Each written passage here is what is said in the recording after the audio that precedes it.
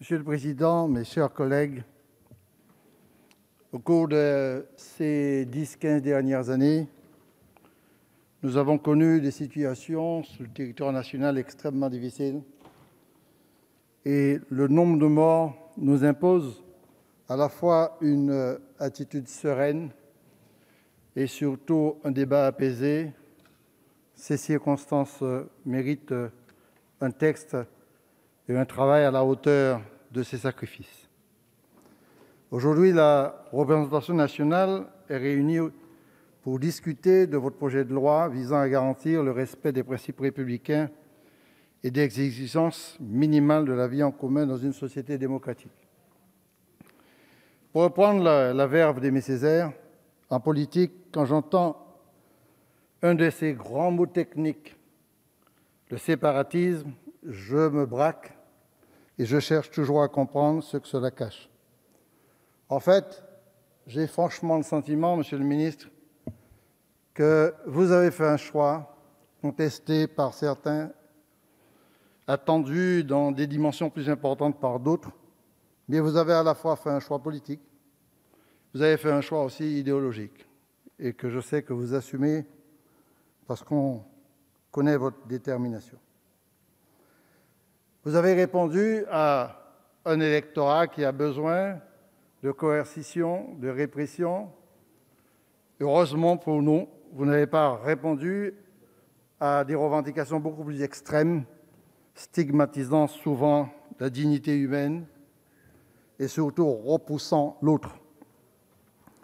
La réalité de ce projet est la suivante. Vous parlez de valeurs et de principes de la République.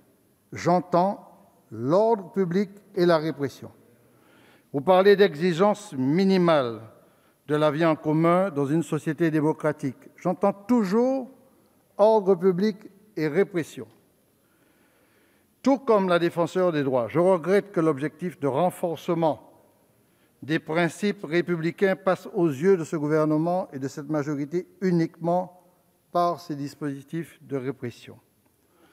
Je ne doute pas du bien fondé, et j'insiste, de certaines des dispositions proposées, en particulier en ce qui concerne la lutte contre le séparatisme et le fondamentalisme religieux, ainsi que le respect des principes d'égalité, de neutralité et de laïcité pour les organismes de droit public ou de droit privé exécutant une mission de service public.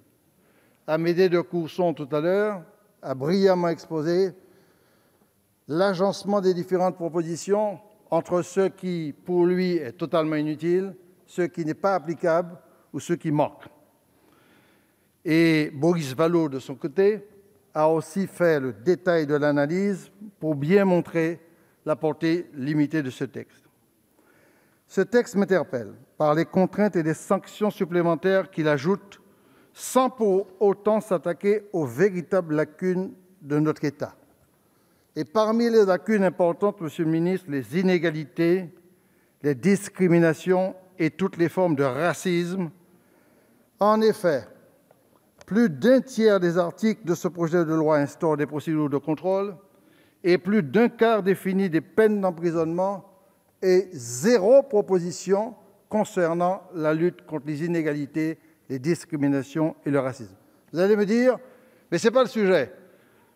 On ne parle pas de ça pour l'instant, ça ne concerne pas le débat. Mais pour quelle raison? En quoi ce ne serait pas le sujet? La République, oui, elle est effectivement menacée. Elle doit réaffirmer ses valeurs, certes, mais elle doit surtout accomplir ses missions dans tous les territoires et se tenir aux côtés de ses agents sur le terrain. Et si la République doit surtout maintenir la liberté, l'égalité et la fraternité pour tous et entre tous les citoyens de ce pays. Car en faisant le choix d'un texte délibérément répressif, vous prenez le risque, Monsieur le ministre, d'un repli de la nation sur elle-même. Car je ne crois pas du tout que les voix de l'espérance, de la fraternité, de la paix entre nous soit totalement éteinte. Elles sont certainement muselées, pour les raisons expliquées ici, et leur vérité est soumise à une négation de la vraie réalité de terrain. La pire des choses pour notre République serait le repli sur soi. Ce serait la négation même de l'humanité et de ce qu'elle a de plus riche, l'altérité et la diversité. C'est ce risque de repli sur soi qu'exprime la philosophie et l'ensemble des articles de ce texte. Nous devons accepter des vérités historiques, parce que le risque de séparatisme n'est pas seulement lié à l'intégrisme religieux, c'est lié aussi à l'histoire que nous avons connue.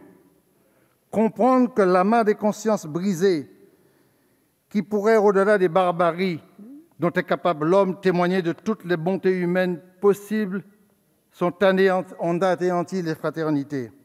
Comprendre qu'aussi l'état humain du monde qui a souffert de la démesure immorale de la domination européenne, usant de la hiérarchisation théorisée des races pour réduire l'inéluctable contact des civilisations à des fins impérialistes et colonialistes, jusqu'à faire de l'homme différent une chose, une bête de somme asservie et mise en esclavage, sans jamais parler de réparation, sans jamais renommer des noms. Je pense à Colbert, la salle et le monument. Je pense aux rues qui s'expriment dans l'espace public et qui insultent la mémoire des victimes. Le risque de repli identitaire n'incombe pas seulement à l'intégrisme religieux, mais témoigne aussi d'une réalité sociale exploitée, notamment dans la périphérie urbaine, notamment dans ce qu'on appelle les ghettos, qui impose au pouvoir public de proposer une véritable stratégie de réduction des inégalités et d'investissement dans l'avenir. Le repli sur soi est le pire des instincts de la nature humaine, car il détourne l'humanité d'une partie de son destin humain, car, comme le dit si profondément Jean Ziegler, l'inhumanité infligée à un autre détruit l'humanité en moi. Le repli sur soi, c'est ancrer en nous l'ordre cannibale du monde, qui fait de la résurrection des solidarités une chimère de plus. Et c'est ce cocktail explosif, malheureusement assis sur un double monopole, celui de la répartition des richesses et celui de la race, qui est perçu par l'autre, l'étranger, le différent, le migrant, comme l'incarnation d'une violence structurelle. Ce qui est amplifié par le fait que l'homme n'est plus un sujet de l'histoire, mais un être vassalisé aux ravageuses lois de la mondialisation, et cela au moment même où la conscience des identités veut exprimer sa pluralité en France et sa diversité dans une république où l'unité doit prévaloir sur une autre forme de repli qui est le communautarisme. Monsieur le ministre, il faut lutter contre toute forme de terrorisme, mais il faut lutter en faveur du grandissement de l'humanité, car comme le dit Ziegler, les murs les plus puissants ne peuvent résister à l'insurrection des consciences en marche d'une république fissurée, une république lézardée par ce qui aujourd'hui est l'un des terreaux majeurs, sinon essentiels, de la radicalisation intégriste. Les inégalités sociales et la persistance d'un racisme institutionnalisé qui sévit dans cette France des droits de l'homme. Pour démolir les tyrannies intégristes, il faut aussi accepter d'évincer l'innommable, le racisme et son corollaire, les discriminations partout où ils sévissent.